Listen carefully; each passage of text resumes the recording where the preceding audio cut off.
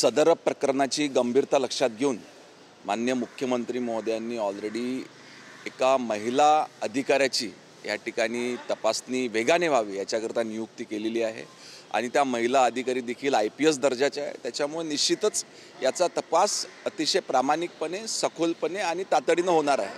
परंतु विरोधी पक्षातले काही लोक याचं राजकारण बघू इच्छितात। मला असं वाटतं हा थोडा गंभीर मुद्दा आहे, याला असं ह्या विषयाचं राजकारण करू नये।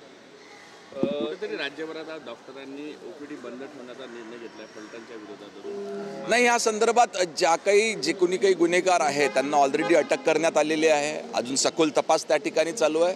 त्याच्यामुळे आमच्या वतीने देखील सर्व डॉक्टर मंडळींना आवाहन करण्यात येते की त्यांनी निश्चितपणे सरकारवर विश्वास ठेवावा। जे कोणी याच्यामध्ये दोषी राहील त्यांच्यावर निश्चितपणे कठोरातली कठोर कारवाई करण्यात येईल। शिरूरमध्ये बिबट्याच्या हल्ल्यामध्ये एखादा मृत्यू झाला, त्यानंतर नागरिकांचा मोठा संताप पाहायला मिळाला। खूप मोठा उद्योग झाला, तोडफोड।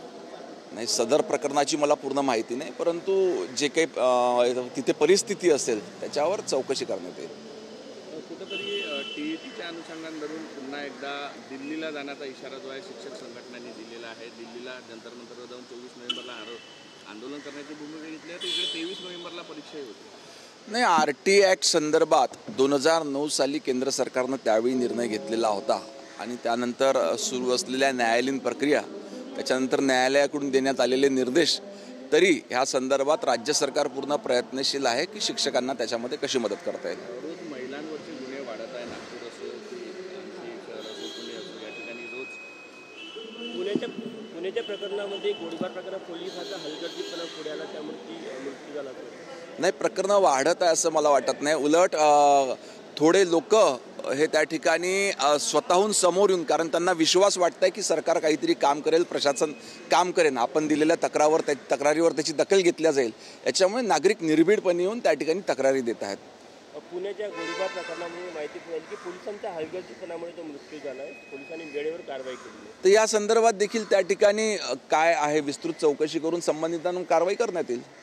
नागपुरात दररोज 4 महिलांवर अत्याचाराचे गुन्हे दाखल होत आहेत। 2022च्या तुलनेत आकडेवारी वाढली अशी माहिती अधिकाऱ्यांकडून। या संदर्भात आपण वेगवेगळ्या उपाययोजना त्या ठिकाणी पोलीस विभाग करते आणि निश्चितपणे याचा परिणाम आपल्याला लगेच काही दिवसामध्ये दिसून येईल।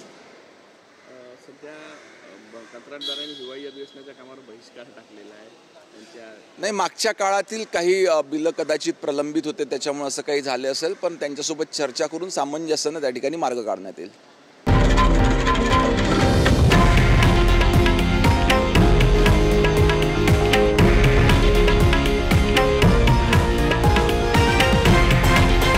हे आहे देशातील नंबर 1 न्यूज नेटवर्क आणि आपण पाहत आहात TV9 मराठी, एकमेव।